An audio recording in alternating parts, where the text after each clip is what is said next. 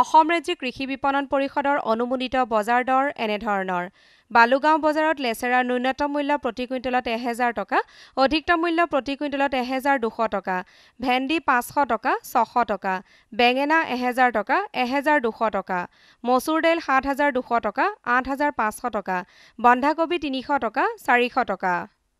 ডিব্ৰুগড় বজাৰত আটাৰ ন্যূনতম মূল্য প্ৰতি কুইণ্টেলত 2000 টকা, অধিকতম মূল্য প্ৰতি কুইণ্টেলত 2200 টকা, মিঠাতেল 7800 টকা, 8040 টকা, নহৰু 3900 টকা, 5400 টকা, পিঁয়াজ 2100 টকা, 2300 টকা, আলু 410 টকা, 430 টকা।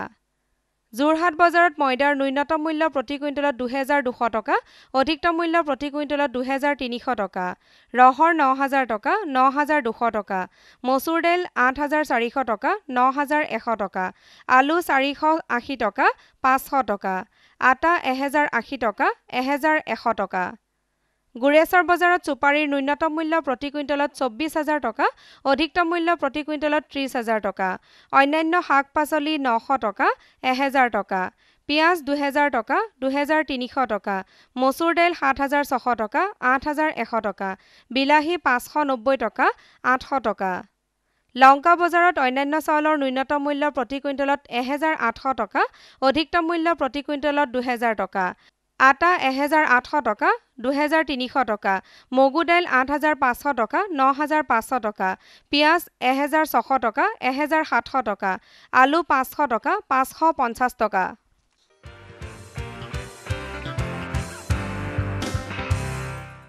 মহাৰাষ্ট্ৰৰ পুনেৰ কৃষি বতৰ বিজ্ঞান কেন্দ্ৰৰ পৰা পোৱা বতৰৰ আগলি বতৰা অনুযায়ী গুৱাহাটী আৰু ইয়াৰ দাঁতি কাষৰীয়া অঞ্চলৰ আকাশ দিনৰ ভাগত ডাৱৰীয়া হৈ থকাৰ লগতে ৰাতিৰ ভাগত 2-এজাক বৰষুণ হোৱাৰ সম্ভাৱনা আছে। বতাহ প্ৰতি ঘণ্টাত 13 কিলোমিটাৰ বেগেৰে বলিব। আপেক্ষিক আৰ্দ্ৰতা 55% ভিতৰত থাকিব। দৰং জিলাৰ অন্তৰ্গত এইখন হৈছে বালুগাঁও সাপ্তাহিক বজাৰ। এই বজাৰখনে অঞ্চলটোৰ লোকসকলৰ লগতে জিলাখনৰ লোকসকলৰ মাজতো বিশেষ প্ৰভাৱ পেলাইছে। বালুগাঁও সাপ্তাহিক বজাৰখন 1972 চনতে স্থাপিত হৈছিল। দৰং জিলা পৰিষদে বজাৰখন পৰিচালনা কৰে। এই বজাৰৰ মুখ্য সামগ্ৰীসমূহ হ'ল মৰাপাট, ধান, চাউল, নাৰিকল, গৰুমহ আৰু শাক-পাচলি। শাক-পাচলিৰ বজাৰখন সপ্তাহৰ 7 দিনেই বহে, আনহাতে আন সামগ্ৰীসমূহৰ কিনা-বেচা হয় বুধবাৰে। বজাৰখন প্ৰতিদিনে পুৱা 6 বজাৰ পৰা সন্ধিয়া 6 বজালৈকে বহে। অসমৰ বিভিন্ন জিলাৰ উপৰিও পশ্চিমবংগ, অৰুণাচল, নাগালেণ্ড, ত্ৰিপুৰা, উত্তৰ প্ৰদেশ আদি ৰাজ্যলৈ এই বজাৰৰ পৰা সামগ্ৰী বিক্ৰীৰ বাবে পঠোৱা হয়। তামোলপুৰ গাঁৱৰ ফকীৰ বাবাৰ অখণ্ড প্ৰতাপ। চবেই কয় বাবাই বোলে সলাই দিয়ে ভাগ্য। তেওঁ খেতি কৰাৰ এনেকুৱা উপায় দিয়ে যে পথাৰত ফচল হৈ পৰে উভয় নদী। পিছে এদিন ফকীৰ বাবা পৰিল ধৰা। তেওঁ উন্নত খেতিৰ প্ৰতিটো কথা জানি লৈছিল কিষাণ কল চেণ্টাৰৰ পৰা। খেতি বিষয়ক যি সমস্যাই নহওক, কিষাণ কল চেণ্টাৰৰ পৰা কৃষি বিশেষজ্ঞৰ বিনা পইচাত দিহা লওক। যেতিয়াই মন যায় নিজৰ ভাষাতে কথা পাতি খেতি খোলা বিষয়ক যিকোনো পৰামৰ্শৰ বাবে বিনা পইচাত ফোন কৰক 1800-180-1551।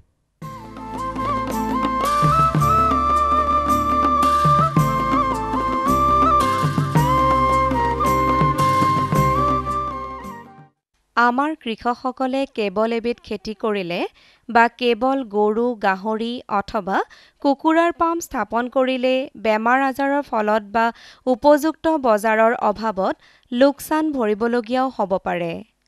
সেয়েহে কেৱল এটা উপাদানেৰে পাম আৰম্ভ নকৰি মিশ্ৰিত পাম খোলাৰ ধাৰণাটোৱে আমাৰ ৰাজ্যতো লাহে লাহে জনপ্ৰিয়তা লাভ কৰিবলৈ আৰম্ভ কৰিছে।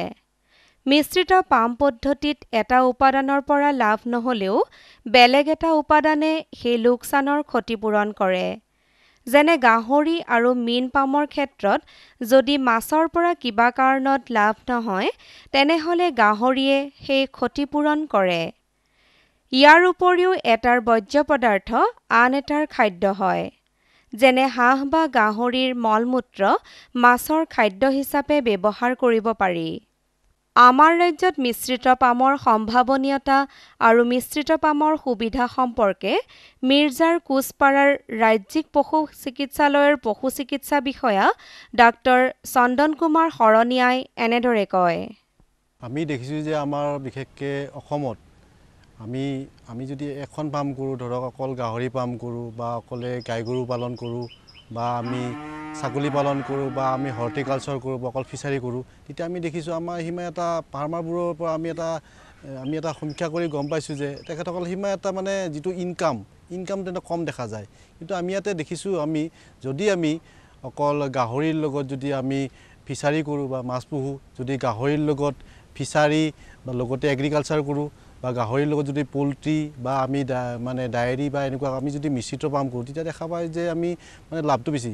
আৰু ইয়াৰে দেখা গৈছে যে মানে এটাৰ লগত এটা সম্পৰ্ক এটা আছে। আমি যিহেতু আমাৰ আজিকালি ধৰক মাটি কমি গৈছে, গতিকে আমি দেখা গৈছে আমাৰ যদি এটুকুৰা মাটিতে আমি যদি এটা পুখুৰী খান্দোঁ, পুখুৰী খান্দি পুখুৰীৰ পাৰত যদি এফালে আমি ডায়েৰী ফাৰ্ম এখন বনাওঁ, এটা পাৰত যদি আমি মানে গাহৰি পাম এখন বনাওঁ, এটা পাৰত যদি আমি কলগছ ৰুই দিওঁ বা এটা পাৰত যদি আমি কুকুৰা পাম এখন কৰোঁ, তেতিয়াহ'লে আমি দেখোঁ যে আমি এটা সময়ত আমি মানে কোনো মানে যিটো আমাৰ আয়ৰ যিটো গেপটো আমাৰ নাথাকে। আমি মানে বছৰৰ প্ৰতিটো সময়তে আমাৰ মানে সেই ফাৰ্মাৰজনে সেই মানে যোনে মানে পামটো খুলিব তেখেতে মানে আয়টো পাই থাকিব। আৰু দেখা গৈছে যে যেতিয়া আমি এই আমাৰ যিটো ইণ্টিগ্ৰেটেড ফাৰ্ম কৰি মিশ্ৰিত পাম কৰিম, এই মিশ্ৰিত পামৰ পৰা এটাই সুবিধা কি আমি যিটো মাটিটো এটুকুৰা মাটিতে হ'ল প্ৰথমতে। আৰু দেখা গৈছে আমাৰ বিশেষকৈ পামৰ ক্ষেত্ৰত আমাৰ যিকোনো পশুপালনৰ পামৰ ক্ষেত্ৰত হওক বা গাহৰি পালন হওক, ছাগলী পালন হওক বা যিকোনোতে মানে পশুপালনৰ ফাৰ্মতে দেখা যায় কি আমাৰ খাদ্যৰ খৰচটো বহুত বেছি হয়। তাৰমানে শতকৰা আপোনাৰ মানে 60 পৰা 70% আমাৰ খাদ্যত লাগে, মানে গৰুকে হওক বা গাহৰিকে হওক বা ছাগলীকে। যদি আমি দেখা গৈছোঁ আমি যদি এটা পুখুৰীত মাছ পুহোঁ, ওপৰত যদি গাহৰি পাম এখন থাকে, তেতিয়াহ'লে আমাৰ যিখিনি গাহৰিৰ মানে কিছুমান মানে অতিৰিক্ত আললাগতিয়াল খাদ্য কিছুমান পানীত উটি গৈ আপোনাৰ তলত মাছৰ এটা খাদ্য এটা হৈ যায়, বা গাহৰি যদি আপোনাৰ যিটো মলমূত্ৰ, সেই মলমূত্ৰখিনি আপোনাৰ মাছৰ এটা খাদ্য হয়। কিন্তু এটা কথা মনত ৰাখিব লাগিব, আমি 1 বিঘা মাটিত আমি কিমানটা গাহৰি পুহিম। আমাৰ এটা মানে হিচাপ এটা আছে কি আমি 1 বিঘা মাটিত আমি 6 পৰা 7টা আমি গাহৰি পুহিব পাৰিম। আৰু প্ৰতি হেক্টৰত আমি আপোনাৰ 40টা বা 42টা আমি গাহৰি 1 হেক্টৰ মাটিত আমি মাটিকালিৰ পুখুৰীত আমি ৰাখিব পাৰোঁ। গতিকে আমি দেখিছোঁ যে আমাৰ যেতিয়া আপোনাৰ মাছ পুহিম, আমি পুখুৰীত মাছ পুহিম, যেতিয়া গাহৰিৰ যেতিয়া মলমূত্ৰ বা যিটো অতিৰিক্ত অলাগতিয়াল খাদ্যবোৰ যেতিয়া মাছৰ যেতিয়া খাদ্য হ'ব, তেতিয়া আমি মাছত আৰু বেলেগে আমি খাদ্যৰ আমি দিব নালাগে। আৰু বা মাছৰ যিটো খাদ্যৰ যিটো মানে খৰচ, সেই খাদ্যৰ খৰচটো আমাৰ কমি যায়। গতিকে আমি এই যিটো আমাৰ মিশ্ৰিত পাম আছে, যিটো আমাৰ এইটোৰ ক্ষেত্ৰত আমি বিশেষ বহুত সুবিধা আছে, সেই এটা আছে। তাৰপিছতে দেখা গৈছে কি আমি এতিয়া ধৰক আমি দেখিছোঁ এইখন পামতে আপোনাৰ যিটো গাই গৰু পুহিছে, গাই গৰুৰ যিটো গোবৰ আছে, এই গোবৰটোৰ লগে লগে তেখেতসকলে এটা কি গোবৰ গেছ উৎপন্ন কৰিছে। আজিকালি বৰ্তমান দেখা গৈছে আমাৰ বজাৰত আমাৰ ৰন্ধন গেছৰ মূল্য দিনক দিনে বাঢ়ি গৈছে। গতিকে এই গোবৰ গেছৰ পৰা তেখেতসকলে এতিয়া লাইট জ্বলাইছে, তেখেতসকলে ৰন্ধা বঢ়া কৰিছে। গতিকে সেই আমাৰ কি খৰচ এটা কমি গ'ল। আৰু আমি এটা বস্তুৰ পৰা আমি গোবৰৰ পৰা আমি এইটো গেছলৈ আমি কনভাৰ্ট কৰি আমি এটা ৰন্ধন গেছত আমি ৰন্ধন গেছ হিচাপে আমি পাই গ'লোঁ। তাৰোপৰি দেখা যায় যে আমাৰ যদি পাম এখনত আমাৰ ধৰক যিবোৰ আমি ইয়াতে দেখিছোঁ, এইখন পামতে আমি দেখিছোঁ তেখেতসকলে নেমু কৰিছে, তিয়ঁহ কৰিছে, কল খেতি কৰিছে বা তেখেতসকলে মাকৈ কৰিছে, গাহৰি পুহিছে। ইয়াতে দেখা গৈছে যিটো আমাৰ যিটো ফাৰ্টিলাইজাৰ সাৰ লাগে, আমাৰ গৰুৰ যিটো গোবৰৰ লগত আমি ধৰক ইয়াতে কলগছ দেখিছোঁ, কলগছ বা গোবৰ সেইবোৰত আমাৰ পচাই কিনে তাত যদি আমি যিটো আমাৰ চিনাফুটি জাতীয় কেঁচু আছে, কেঁচুটো আমি যিবোৰ আমি ভাৰ্মি কম্প'জৰ কিছুমান পিট বনাব পাৰোঁ। আৰু সেই যিটো সাৰ হ'ব 1.5 মাহ 2 মাহ পিছত যিটো সাৰ হ'ব, আমাৰ যে কেঁচু সাৰ হ'ব, এই কেঁচু সাৰটো আমি শস্যত দিলে আমাৰ শস্যখিনিক বহুত মানে খুব ফল পোৱা যায়, মানে বেছি লাগে। গতিকে আমি বৰ্তমানে আমাৰ যিসকল পশুপালক আছে, যিসকল মানে খেতিয়ক আছে, তেখেতসকলক আমি এটাই অনুৰোধ কৰোঁ, তেখেতসকলে যে মাত্ৰ এটা এক্টিভিটি লয়, মাত্ৰ যদি তেখেতসকলৰ মাটি আছে বা তেখেতসকলৰ ইচ্ছা আছে, গতিকে তেখেতলোকে গাহৰিৰ লগত মাছ পোহক, গাহৰিৰ লগত হৰ্টিকালচাৰ কৰক, গাহৰিৰ লগত আপোনাৰ ধৰক পল্ট্ৰি পোহক, বা গাই গৰুৰ লগত আপোনাৰ ধৰক গোবৰ গেছ কৰক বা ভাৰ্মি কম্প'জ কৰক, বা গোটেই যদি আপোনাৰ এটুকুৰা মাটিতে গোটেইখিনি যি সুবিধা, তেখেতে মানে কি গোটেই বছৰে ইনকামটো পাই থাকিব, তেখেতৰ মানে খৰচটো কমি গৈ থাকিব, আৰু মানে তেখেতৰ দিনক দিনে তেখেতৰ মানে সফল হ'ব আৰু তেখেতৰ ইনকামটো বাঢ়ি গৈ থাকিব। এয়া দক্ষিণ কামৰূপৰ বাটৰহাটৰ উত্তৰণ যুটীয়া দায়বদ্ধ স্বাৱলম্বী গোটৰ মিশ্ৰিত পাম। অঞ্চলটোৰ নীলোৎপল গোস্বামী, চিন্ময় গোস্বামী, সীমান্ত শৰ্মা আৰু আজমল হুছেইন নামৰ যুৱক 4জনে আৰম্ভ কৰা এই মিশ্ৰিত পামখনত আছে গাই গৰু, গাহৰি আৰু উদ্যান শস্য। এওঁলোকে পামখন খোলাৰ বাবে চৰকাৰৰ পৰা 50% ৰাজসাহায্যযুক্ত 3 লাখ টকীয়া ঋণো লাভ কৰিছে। তদুপৰি পামখনত যাতে বিজ্ঞানসন্মতভাৱে গোটটোৱে আগুৱাই নিব পাৰে তাৰ বাবে ৰাজ্যিক গ্ৰামোন্নয়ন প্ৰতিষ্ঠানত বিজ্ঞানসন্মত প্ৰতিপালন ব্যৱস্থা সম্পৰ্কীয় প্ৰশিক্ষণো লাভ কৰিছে। মিশ্ৰিত পাম সম্পৰ্কে গোটৰ সদস্য চিন্ময় গোস্বামীয়ে এনেদৰে কয়। গৰু অলপ ৰাখিছোঁ, গাহৰিখিনি আমি মেইনলি ফ'কাছ কৰোঁ গাহৰিৰ ওপৰত, লগতে আমি নেমু খেতি, ধান খেতি আছে এইফালে, নেমু বছৰৰ শস্যখিনি ৰবি শস্য মিশ্ৰিত পাম। হয়। আৰু আপোনালোকে প্ৰথম কেতিয়া আৰম্ভ কৰিছিলে এই পামখনৰ? বছৰ হ'ল। আৰু প্ৰথম যেতিয়া আৰম্ভ কৰিছিলে কিহেৰে আৰম্ভ কৰিছিলে? প্ৰথম আমি নেমু লগাইছিলোঁ একদম ষ্টাৰ্টিঙত, নেমুৰে আমি ভাল হেৰি দেখিছিলোঁ, কিন্তু নেমুৰ মাৰ্কেটো ভাল।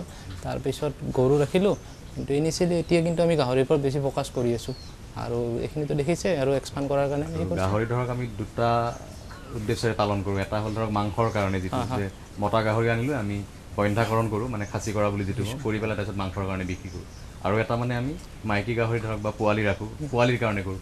আপোনালোকে কি দুয়োটা উদ্দেশ্যৰ কাৰণে? আমি দুয়োটাই কৰিছোঁ। মানে দুয়োটা কৰিলে আপোনাৰ কি হয়, মতাটো আপুনি ইনিচিয়েলি মানে প্ৰথম ষ্টেজত আপুনি অলপ পইচা আহি যায়, 6 মাহ বা 8 মাহ ৰখাৰ পিছত আপুনি তাক বেছি দিব পাৰে মাংস হিচাপে, তেতিয়া আপুনি পইচাটো আহি গ'লে। আৰু মাইকীটো আপুনি তাৰপিছত যিটো পোৱালি দিব, পোৱালি দিয়াৰ কাৰণে সেইটো আপুনি ৱেইট কৰিব লগা হয়। তো মাজত গাহৰিৰ সঁচখিনি আপোনালোকে ক'ৰ পৰা আনিছিলে প্ৰথম পোৱালিবিলাক? আমি ৰাণীৰ পৰাই আনিছোঁ, ৰাষ্ট্ৰীয় গাহৰি গৱেষণা কেন্দ্ৰ। হয়। সঁচটো ধৰক ঠিক হয় আৰু ঠিক হয় বুলি হেৰি কৰিছে, আৰু ভালে পাইছোঁ এতিয়ালৈ। আৰু মতাখিনি মানে আপোনালোকে বন্ধ্যাকৰণ কৰিছে? হয়, কৰিছোঁ। এতিয়া বিক্ৰী আৰম্ভ হৈছে নে হ'ব? বিক্ৰী আৰম্ভ হোৱা নাই, হ'ব। অলপ মানে মাৰ্কেটত আৰু চাই আছোঁ, ৰেটটো ভাল পাম বুলি 2 দিন ৰৈছোঁ। আচলতে বিক্ৰী পৰাটো হৈছে আমাৰ নিয়াৰ এবাউট 80 to 100 কেজি আমাৰ হৈ গৈছে, মানে এটা ওজনটো। তো কিন্তু ৰখিছোঁ আৰু অলপমান। মানে আপোনালোকে বিচৰা ধৰণে দামটো এতিয়ালৈকে পোৱা নাই? বজাৰটো অকণমান ডাউন হৈ আছে ক'ব গ'লে। আমি আশা কৰি আছোঁ আৰু অতি সোনকালে মানে হেৰি হ'ব বুলি, দাম উঠিব বুলি। আৰু এনেই ধৰক ইয়াতে চাব গ'লে 80ৰ পৰা 100 কিলোগ্ৰামৰ গাহৰি এটাত মানে কিমানমান দাম চলি আছে বৰ্তমান? বৰ্তমানতো 7,000 মান চলি আছে, এক্সপেক্ট কৰিছোঁ 10,000লৈ থাকে, কিন্তু এইটো সময়ত ৰেটটো অকণমান কমি থকাৰ কাৰণে আমি ৱেইট কৰিছোঁ। আৰু এই গাহৰিখিনি আপোনালোকে কি কৃত্ৰিম প্ৰজননো কৰাইছে নে? কৃত্ৰিম প্ৰজননহে কৰাইছোঁ। মতা গাহৰিও লগাইছে মানে? নেচাৰেলিও কৰাইছোঁ।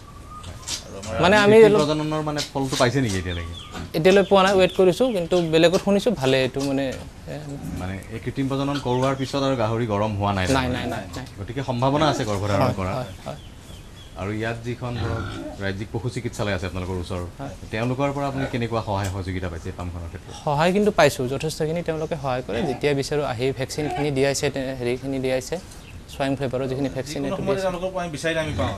আৰু পেলুৰ ঔষধ পাতি নিয়মীয়াকৈ খুৱাই আছে? নিয়মীয়া মাহত এবাৰকৈ। আৰু যিখিনি দিহা পৰামৰ্শ লাগে তেওঁলোকে? হয়, তেওঁলোকে আমাক প্ৰভাইড কৰিছে। আৰু আপোনালোকৰ যিখন দুগ্ধ পাম, তাত দৈনিক কিমানমান গাখীৰ উৎপাদন হয়? যেতিয়া বেছিভাগে গাখীৰ দিয়ে আৰু 30 to 40 লিটাৰ। আৰু এইখিনি বিক্ৰী কৰাত অসুবিধা নাই, গাখীৰতো বজাৰ আছে। আৰু কি দাম মানে চলি আছে বৰ্তমান লিটাৰ? 45। আৰু আপোনালোকে ঘাঁহ খেতি কৰিছিলে নেকি? ঘাঁহো কৰিছোঁ, গৰুৰ কাৰণে কৰিছিলোঁ। আৰু মাকৈৰ বীজটো চাগে পশুপালন বিভাগৰ পৰা দিছিলে, বীজ সাৰ গোটেইখিনি তেওঁলোকৰ পৰা দি আছিল।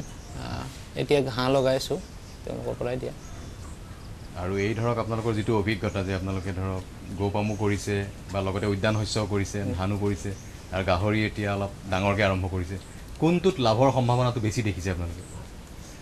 গাহৰিটো বেছি দেখিছোঁ, মানে সেইকাৰণে গাহৰি আমি হেৰি কৰিছোঁ। কিন্তু ভাল, নেমু খেতিখিনিত বহুত মানে খেতি হেৰি আছে, কিন্তু মাৰ্কেটটো বজাৰৰ মানে আপোনাৰ 10 টকাত গুৱাহাটীত 3টা নেমু পায়।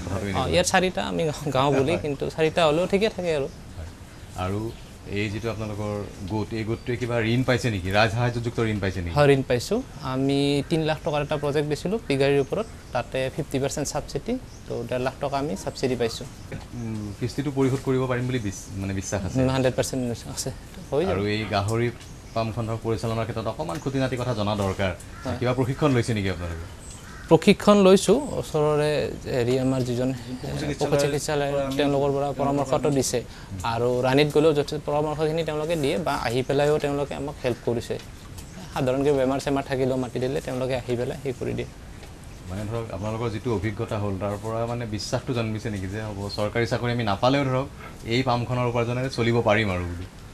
সেইটোতো বিশ্বাস কৰিছোঁ আগবাঢ়িছোঁ আৰু কিবা নতুনকৈ কোনোবাই যদি আগবাঢ়িব খোজে কিবা পৰামৰ্শ দিব খোজে নেকি যে কেনেকৈ আৰম্ভ কৰা ভাল যদি কোনোবাই মিশ্ৰিত পাম কৰিব খোজে মিশ্ৰিত পাম কৰিলে মই নেমুটোত বেছি ৰিজাল্ট পাইছোঁ নেমুটো যদি নিজৰ মানে চাৰিসীমাটোতো লগাই দিয়ে সেইটোৰ পৰা আপুনি একদম ৰানিং খৰচাটো আপোনাৰ ওলাই থাকে আৰু লগত গাহৰি গাখীৰ গোটেইখিনি মাৰ্কেটটো ভালে গতিকে কৰিব পাৰে আৰু যদি তেওঁলোকে বিভিন্ন ধৰণৰ সহায় বিচাৰে চৰকাৰৰ পৰা সহায় সহযোগিতাখিনি আছে কিন্তু আপুনি মানে সেইমতে আগবাঢ়িলে আপুনি মানে সহায়খিনি পাব নিশ্চয় আমি পাইছোঁ আৰু আশা কৰিছোঁ আনেও পাব ইয়াৰ উপৰিও গোটটোৱে গোপামৰ পৰা পোৱা গোবৰেৰে এটা গোবৰ গেছৰ প্ৰকল্পও স্থাপন কৰিছে ফলত ৰন্ধন গেছৰ নামত হোৱা খৰচৰ পৰিমাণ কমি গৈছে এই বিষয়ে চিন্ময় গোস্বামীয়ে এনেদৰে কয় গোবৰ গেছৰ ফলত আমাৰ কি হৈছে আমি যেটো গৰু গোবৰটো ইয়াত দিলোঁ গ্যাস হিচাপে আমি ইয়াৰ পৰা খোৱা বোৱাৰ যিখিনি হয় সেইখিনি আমি মানে ৰন্ধা বঢ়াৰ কামটোত আমি গোবৰ গেছটো ব্যৱহাৰ হয় আৰু দুটা আমি বাল্ব জ্বলাব পাৰোঁ আৰু যিখিনি গোবৰ আছে এইটোতো গেছটো আমাৰ লাগি গ'ল সেই গোবৰখিনি আকৌ আমি খেতিত আকৌ ইউজ কৰিছোঁ সাৰ হিচাপে তো মানে এই প্ৰচেছটোৰ কাৰণে আমি মানে গেছৰ আমি ব্যৱহাৰটো মানে ইয়াৰ পৰা পাইছোঁ তো আমি চিলিণ্ডাৰ কিনিব লগা নাই আৰু দুটা বাল্ব জ্বলি গৈছে তো এইখিনি আমাৰ বেনিফিট আৰু ৰন্ধা বঢ়াৰ লগতে পোহৰৰ ব্যৱস্থাখিনি হৈছে আমাৰ এনেদৰে এই 4জন শিক্ষিত উদ্যোগী যুৱকে মিশ্ৰিত পামখন স্থাপন কৰি অঞ্চলবাসীৰ সন্মুখত এক আদৰ্শ দাঙি ধৰিছে আৰু গ্ৰাম্য অৰ্থনীতি সবলীকৰণত অৰিহণা যোগাইছে আমি পশুপালকসকলক বাৰম্বাৰ কৈ আহিছোঁ যে বৰ্ণসংকৰ গোধনসমূহ আমাৰ ৰাজ্য তথা দেশৰ মূল্যৱান সম্পদ সেয়েহে গোপালকসকলে প্ৰতিটো বৰ্ণসংকৰ গোপোৱালিৰ উপযুক্ত যতন লৈ এজনী অধিক উৎপাদনক্ষম গাইলৈ ৰূপান্তৰিত কৰিব লাগে বৰ্ণসংকৰ গোপোৱালিৰ যতন আৰু প্ৰতিপালন ক্ষেত্ৰত আটাইতকৈ গুৰুত্ব দিবলগীয়া দিশসমূহ হৈছে সঠিক পুষ্টিৰ যোগান সময়মতে প্ৰতিষেধক প্ৰদান আৰু নিয়মীয়াকৈ পেলুৰ ঔষধ খুওৱা এই বিষয়ে নলবাৰীৰ ৰাজ্যিক পশু চিকিৎসালয়ৰ পশু চিকিৎসা বিষয়া ডাক্তৰ দেৱকিংকৰ শৰ্মাই এনেদৰে কয় পোৱালিবিলাকক গৰ্ভত থকাৰ পৰাই পোৱালিৰ যতন আৰম্ভ হয় গৰ্ভত থকা সময়ত মাকক সুচাৰুৰূপে খাদ্য দিব লাগে যাতে সুষম খাদ্য পায় তেতিয়া পোৱালিৰ গঠন জন্মৰ সময়তে ভাল হয় তাৰপিছত জন্মৰ লগে লগে পোৱালিবিলাকক নাকত আৰু মুখত যিটো বিজলুৱা পদাৰ্থ থাকে সেইখিনি সম্পূৰ্ণকৈ ধুনীয়াকৈ গুচাই দি উশাহ লোৱাত সহজ কৰি দিব লাগে তাৰপিছত গোটেই গাটো আপুনি ধুনীয়াকৈ শুকান চাফা কাপোৰ পৰিষ্কাৰ কাপোৰেৰে গাটো মুচি পোৱালিটোক গাখীৰ খাবলৈ দিব লাগে প্ৰথমতে অলপ গাখীৰ খোৱাৰ সময়ত কিছু কষ্ট পাব পাৰে তাৰমানে কি ভৰিত শক্তিটো নাপায় আধা ঘণ্টামানৰ ভিতৰত সেইখিনি শক্তি পায় তেতিয়া অলপ মানুহজনে নিজে অলপ গৈ অলপ সহায় কৰি দিলে পোৱালিয়ে গাখীৰ খাবলৈ সুবিধা পায় এইখিনি জন্মৰ লগে লগে ল'বলগীয়া যতন তাৰ পিছতে কথাটো হৈছে কি কলষ্ট্ৰাম বুলি কয় যিটো প্ৰথম গাখীৰ মাকৰ সেইটো গৰুৰ পোৱালিৰ কাৰণে অত্যন্ত জৰুৰী সেই কলষ্ট্ৰামটো খালে কি হয় পোৱালিবিলাকৰ দেহৰ প্ৰতিৰোধ ক্ষমতাটো বৃদ্ধি পায় আৰু লগতে কি হয় যিটো শৌচ হয় সেইটো বৰ ধুনীয়াকৈ নিৰ্গত হয় এইখিনি জন্মৰ পিছতে আৰু 5 দিনমানলৈকে এই কলষ্ট্ৰামটো খুব সঘনাই পোৱালিবিলাকক খাব দিব লাগে 5 দিনমানৰ পিছত 2বাৰ বা 3বাৰ খাব দিলেও পোৱালিবিলাকে ধুনীয়াকৈ নিজৰ খাদ্যখিনি পায় সাধাৰণতে কি হয় পোৱালিক কলষ্ট্ৰাম খোৱাৰ পিছত কেতিয়াবা অলপ কাপ স্ক'ৰ বুলি এটা বেমাৰ আছে সেইটো শৌচবিলাক অলপ বগা বগা ধৰণৰ হয় তেতিয়া অলপ কলষ্ট্ৰামটো কমাই দিব লাগে তেতিয়া কলষ্ট্ৰামটো কমাই দিলে দেহৰ যিটো পানীৰ পৰিমাণ এইটো কমি যাব পাৰে সেই ক্ষেত্ৰত কি কৰিব লাগে ORS জাতীয় বস্তু তেতিয়া পোৱালিবিলাকক দিলে তেতিয়া গোটেই পানীৰ পৰিমাণটো কমি নাযায় দেহত এইখিনি প্ৰথম 7 দিনমানৰ ভিতৰত ল'বলগীয়া যতন তাৰপিছত পোৱালিবিলাকক লাহে লাহে 15 দিনমানৰ পিছৰ পৰা মাকৰ লগতে অকণ দানা খোৱাৰ অভ্যাস কৰিব পাৰি সেইখিনি অভ্যাস কৰিবলৈ পোৱালিবিলাকৰ মুখত ধুনীয়াকৈ আঙুলি এটা সোমাই দি আঙুলিটো লাহেকৈ তলফালে টানি লৈ গ'লে সি দানাৰ ফালে মুখখন লৈ যায়।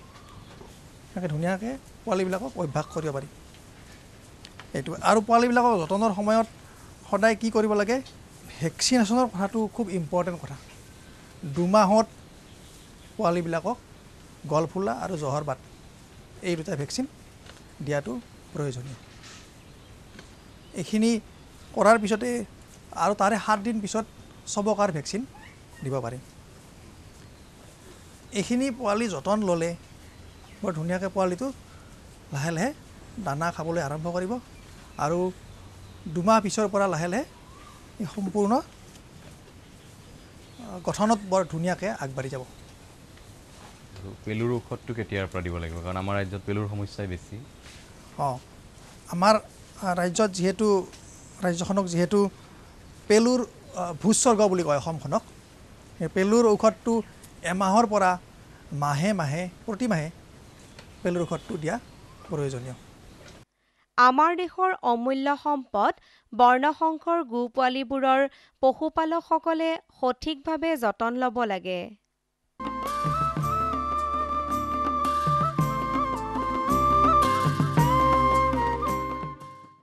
আপুনি জানেনে, অনুমোদনতকৈ অতিৰিক্তভাৱে দিয়া ইউৰিয়া সাৰৰ 3/2 অংশই বাষ্পীকৰণ আৰু ভূগৰ্ভৰ পানীৰ লগত অপব্যয় হয়। অপব্যয় কমাবৰ বাবে সঠিক সময়ত শস্যত ইউৰিয়া সাৰ প্ৰয়োগ কৰিব লাগে। ইয়াৰ উপৰিও ইউৰিয়া সাৰ পেকেট হিচাপে শস্যৰ শিপাৰ অংশত বা নিমযুক্ত ইউৰিয়া হিচাপে ব্যৱহাৰ কৰিব লাগে। অতিমাত্ৰা ইউৰিয়া সাৰৰ ব্যৱহাৰে গছৰ বাঢ়ন বঢ়ায় কিন্তু ফচলৰ উৎপাদন হ্ৰাস কৰে। অতিমাত্ৰা ইউৰিয়া সাৰৰ ব্যৱহাৰে মাটিত থকা লাভজনক বেক্টেৰিয়া আৰু আন জীৱকুল ধ্বংস কৰাৰ লগতে পৰিৱেশো বিনষ্ট কৰে।